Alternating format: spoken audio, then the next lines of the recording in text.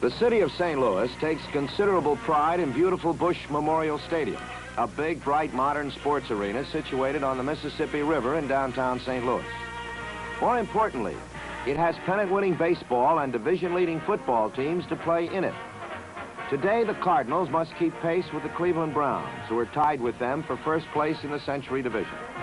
To do this, they must defeat a Pittsburgh Steelers team that has rebounded from a disastrous 0-6 start to win its last 2 games.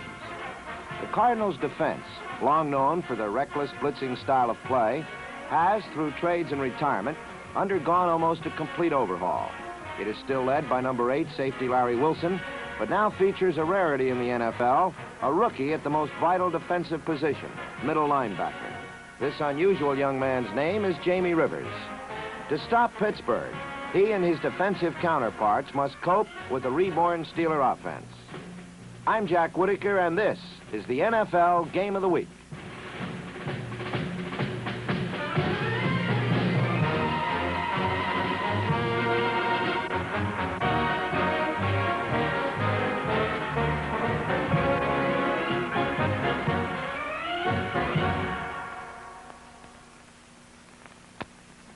On the game's first play, number 79, right end Chuck Walker, fought off a block of John Brown and, with help from his teammates, wrestled Dick Shiner for a 7-yard loss.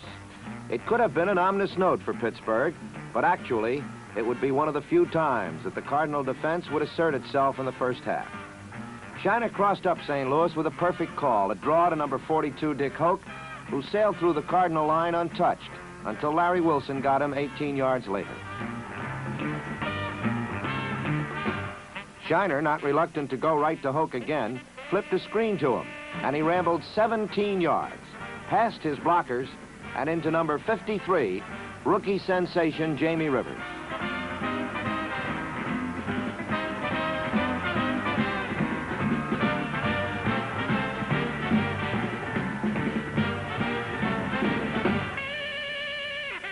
Number 38, 220-pound Earl Groves, the other setback for Pittsburgh, and he sliced for 9 additional yards as the Steelers moved almost effortlessly against the Cardinal defense. Then Shiner spiraled a pass to John Hilton, his 6'5" tight end, for the 3rd Pittsburgh first down of this opening drive.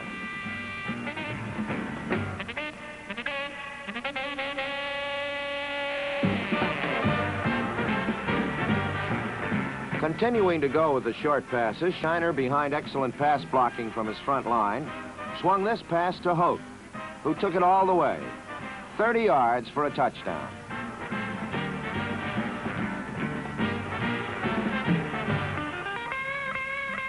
Another look at the play shows Pittsburgh also received some excellent downfield blocking as Cardinal defenders tumbled like 10 pins around the spinning Hoke.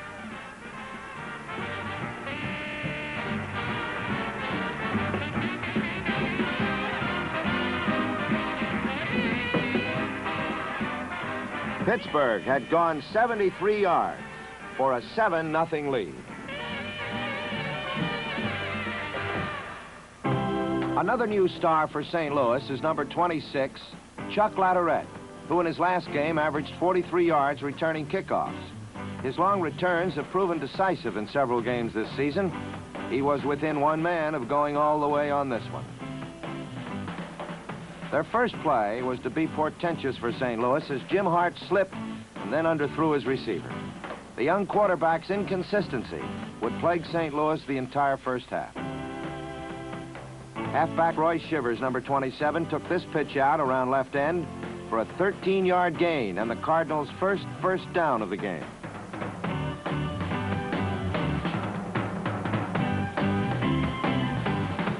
A look at that play from the top shows that St. Louis lined up in an I formation. Then Shivers switched to the right flank, with the regular flanker Conrad moving in tight on the line. Hart faked to Willis Crenshaw, then flipped to Shivers on a new version of an end around for the successful game. Despite the trickery, the Cardinal offense couldn't overcome Hart's erratic passing, and were forced to punt. Late in the first quarter, they had another chance with the ball. and seemed to be moving well behind the running of their massive 230-pound fullback, Crenshaw. Crenshaw, the Cards' leading rusher, along with Shivers, has taken up the slack caused when Johnny Rowland failed to return to form following knee surgery.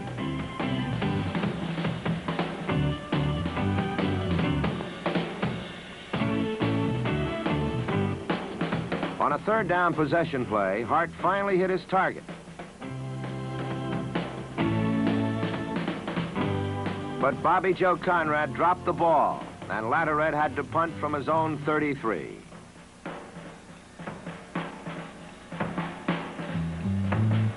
The kick went 47 yards to Roy Jefferson on his 20, who, due to tight pass coverage, touched the ball for the first time today. He made the most of his chance.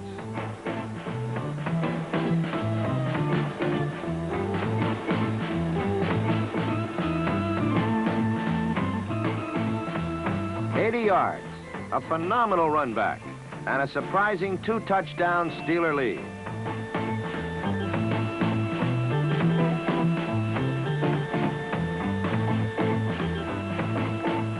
Unfortunately, the Steelers had to kick off, and they did it to the wrong man, or right one, depending upon your allegiance. As Latterette, as if not to be outdone, again went into his act, and again was within one man of taking it the length of the field.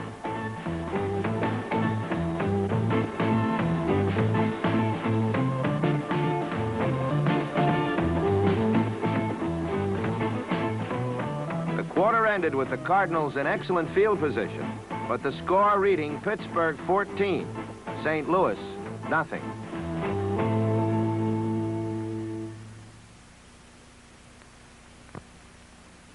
Hart opened the second period with another perfect pass into the hands and out again of Conrad. Then he tried number 81, reliable tight end Jackie Smith, but the results were the same.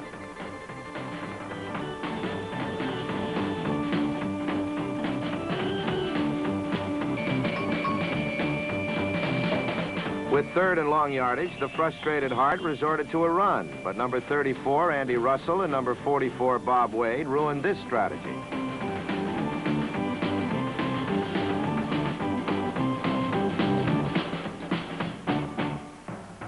Pittsburgh went right to work and burned St. Louis on their patented halfback option pass. Hope to number 86, J.R. Wilburn, for 39 yards.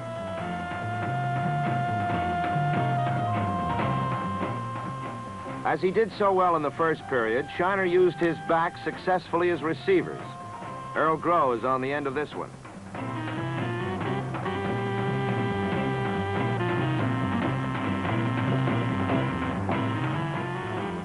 Then he returned to his ends and hit Wilburn at the right sideline.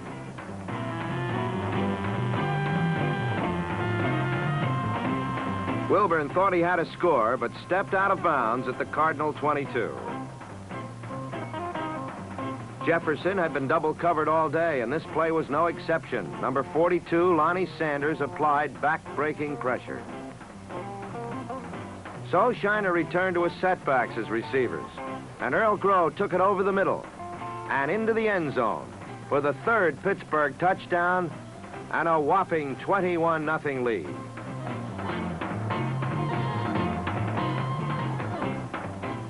Latterette, whose returns were the only offense St. Louis had shown so far, took the kickoff again, but despite a long leap, wasn't able to break away this time.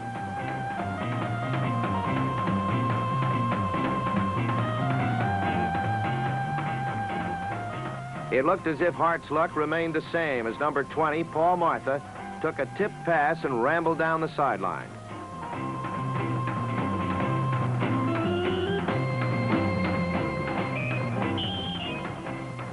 But Pittsburgh was called for defensive holding, and St. Louis retained possession.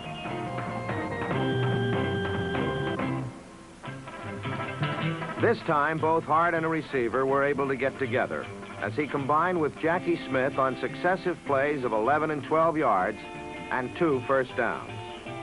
Despite being a tight end, the mammoth but quick Smith has averaged more yards per pass than the wide Cardinal receivers.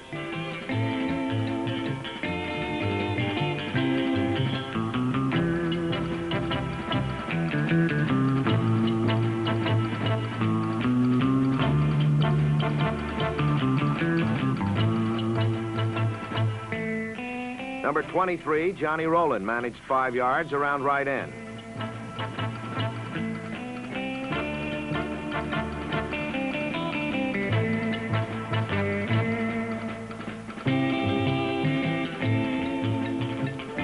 And then Hart received his second break of the series when number 69, linebacker Jerry Hildebrand, a former Cardinal, dropped a certain interception with a clear field ahead.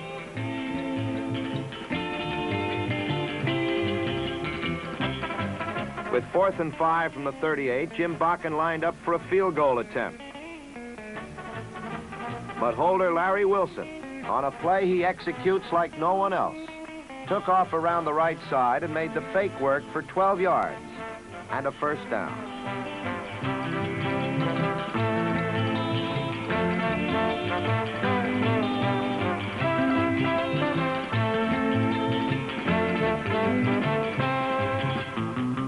The Cardinals continue to deceive the Pittsburgh defense with this end around by Smith, good for 7 yards.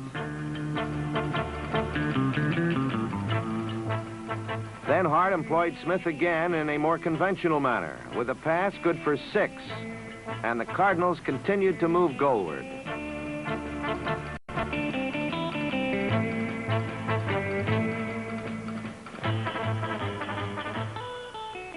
Hart led Crenshaw perfectly with this pass, and he fumbled when hit by Wade. The Cards retained possession since the ball was fumbled out of bounds. On one of the decisive calls of the game, Pittsburgh's 4-yard line, 4th down and 1 to go, the Cardinals disdained the field goal, but Shivers was driven back for a 4-yard loss and Pittsburgh took over.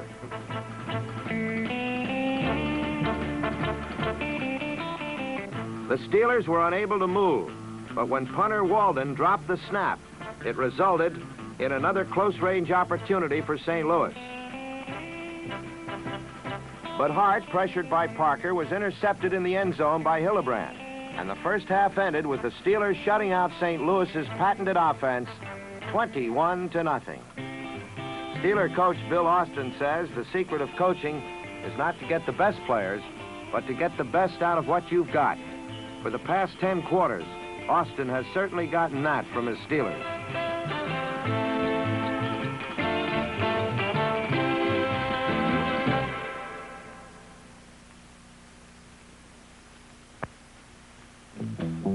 The Cardinals literally opened the second half with a bomb. Shut out for 30 minutes, it took exactly 1 play for them to score, when number 80, smooth-striding Dave Williams, took a pass on the dead run and cantered into the end zone for the Cards' first score.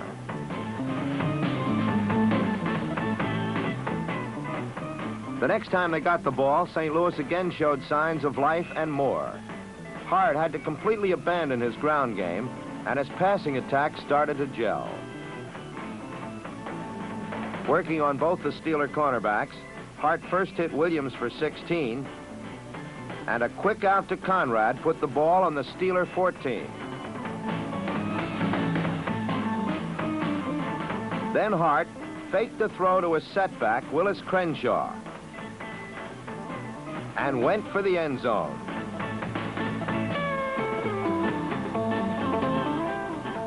Incomplete, right? Wrong.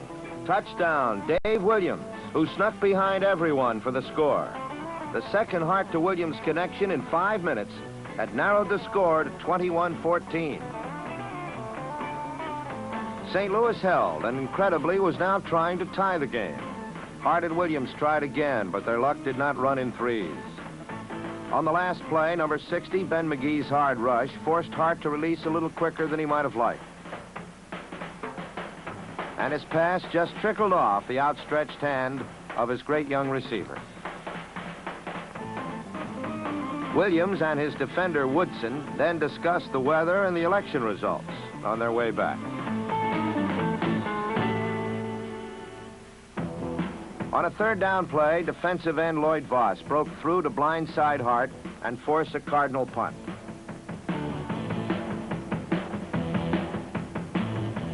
On the last Cardinals series, the Steelers' defense had showed some of their first-half fury, and Dick Shiner now showed some of his first-half accuracy.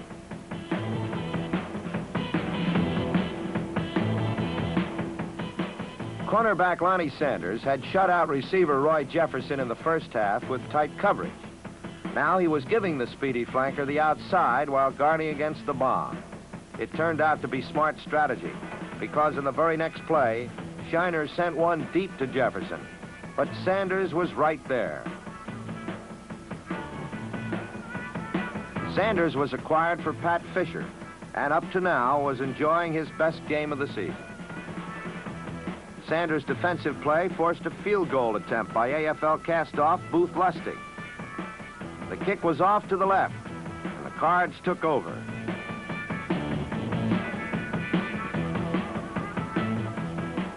To St. Louis coach Charlie Winter, a game is won or lost on what he calls cheap touchdowns, those over 30 yards.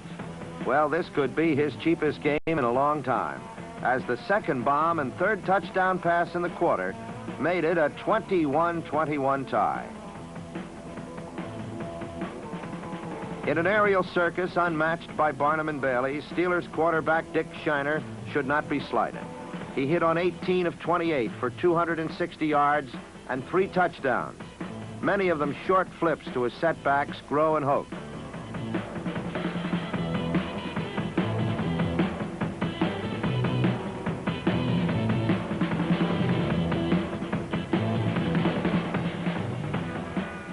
But when he needed the long strike, he was also successful. Cornerback Sanders gambled for an interception, and his only mistake of the day cost a touchdown, as Jefferson's 52-yard catch and run put Pittsburgh ahead by 7 at the end of the quarter, 28-21. The Cards had dominated the third quarter, but the Steelers were hanging on for dear life, as Dick Shiner had moved the team well for the last 2 weeks. On the last play, a perfectly executed slant in to J.R. Wilburn set up a 3rd and 4 situation.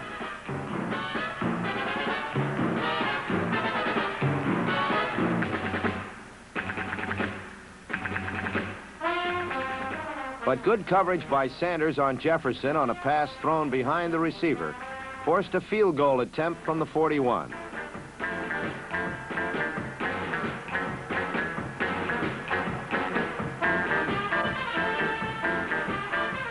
Lustig's second attempt of the game again was wide. Pittsburgh was badly hurt by poor place kicking today. The next 8 minutes saw no scoring and was a period in which neither team could sustain a drive.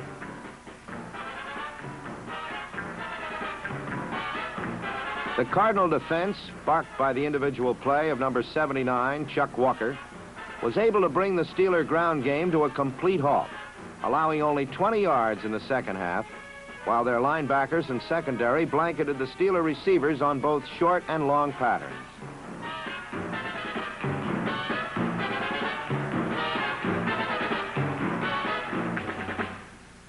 The St. Louis defense is a success story in itself, with 4 new men starting along with 2 rookies, Jamie Rivers and number 48, Bob Atkins, who made this great save to stop a touchdown.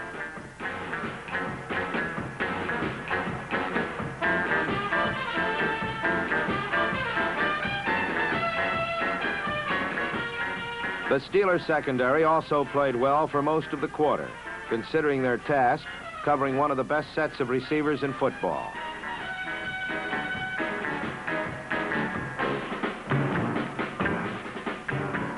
Number 47, cornerback Marv Woodson, was beaten often by Dave Williams, but here hung right on to save 6 points.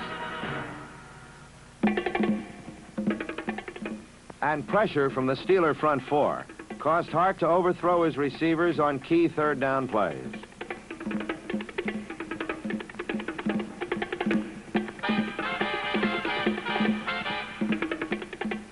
But with 5 minutes left, St. Louis started a drive that seemed to be destined for the end zone. A superb play-action fake to Crenshaw froze the defense, and tight end Jackie Smith was wide open in the middle for 24 yards.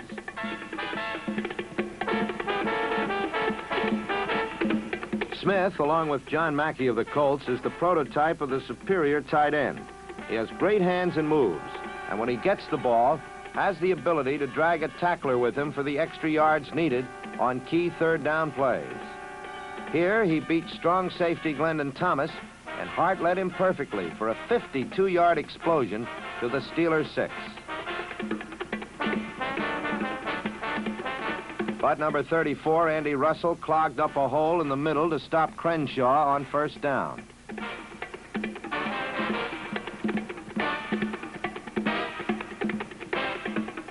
On 2nd and goal from the 5, Hart avoided a rush, but his pass was broken up in the end zone.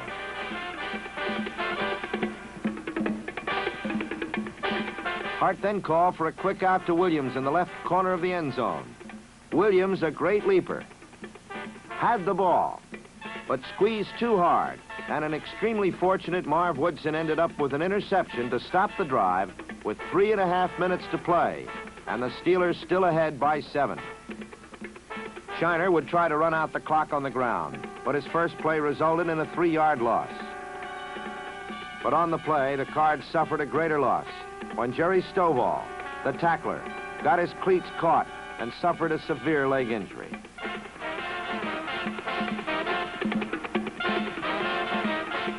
Stovall's facial expression shows how agonizing a leg injury can be. This is the type of injury that put Gale Sayers and many others out for the season, and is the quickest way to a short season and a long vacation.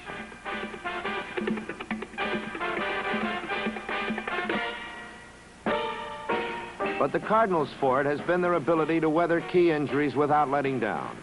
Stovall's loss seemed to make the defense more aggressive, as Don Brum smothered Shiner on a 3rd down to force a punting situation.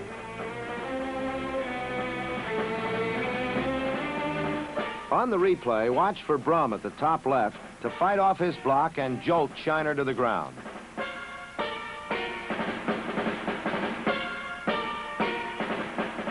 Brum's 3rd down tackle gave the Cards one last chance with less than 2 minutes to play from the 47. But Hart had to eat the ball on his first attempt.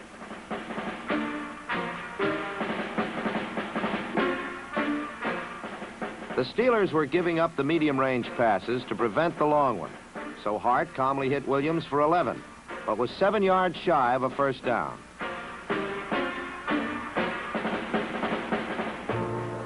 After an incompletion, it was 4th and 7. Hart spotted number 40, Bobby Joe Conrad, who had done a down and out, and fired a rope right into his hands. Good for 27 yards and the biggest play of the day. Conrad's story is a heartwarming one. 2 weeks ago, he claimed his quarterback was intentionally avoiding him. Today, they were definitely on more amiable terms. With a first down at the 17, Hart called a play that earlier had resulted in an interception. This time, Williams had a step on Woodson, but Hart's pass was overthrown. 50 seconds left. First Williams down and out, and now Williams down and in on a quick post. The ball was there, Williams was there, and so was Woodson. But a little too early. Woodson can't be blamed too heavily. Stopping a receiver like Williams with single coverage is almost futile. The interference call, a close one, put the ball on the 1. From here, Johnny Rowland followed his fullback, Willis Crenshaw, and banged into the end zone for the tying touchdown.